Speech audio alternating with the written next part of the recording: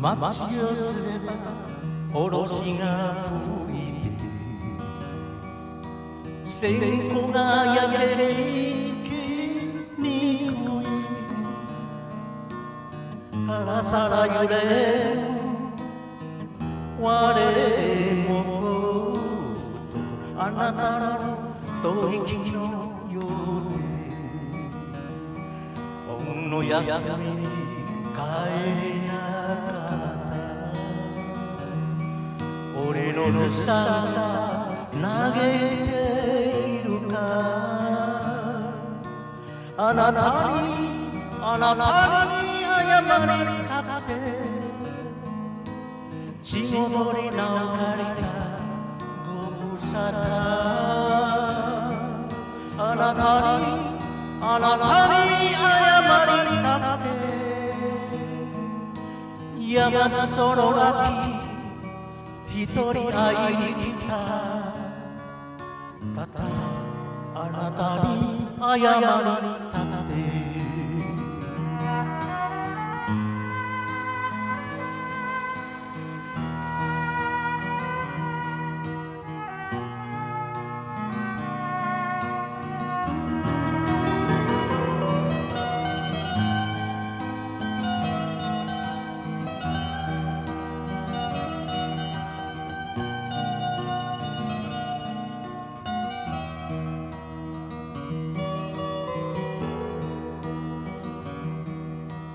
小さな町に嫁いで生きて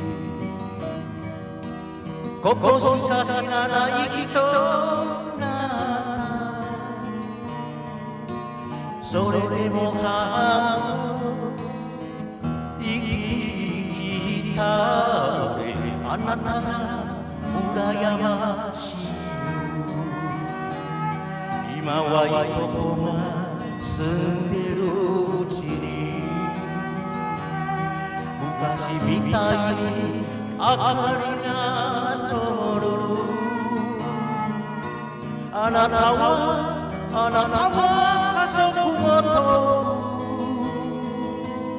傷よく寂しさを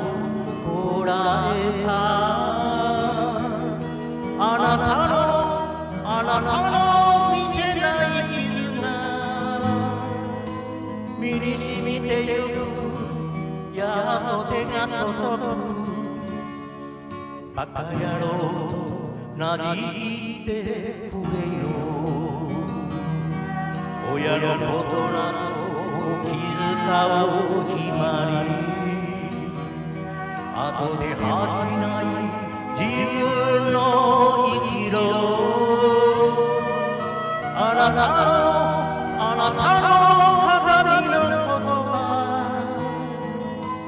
守れた寂しさえないけどあなたに光ってみたい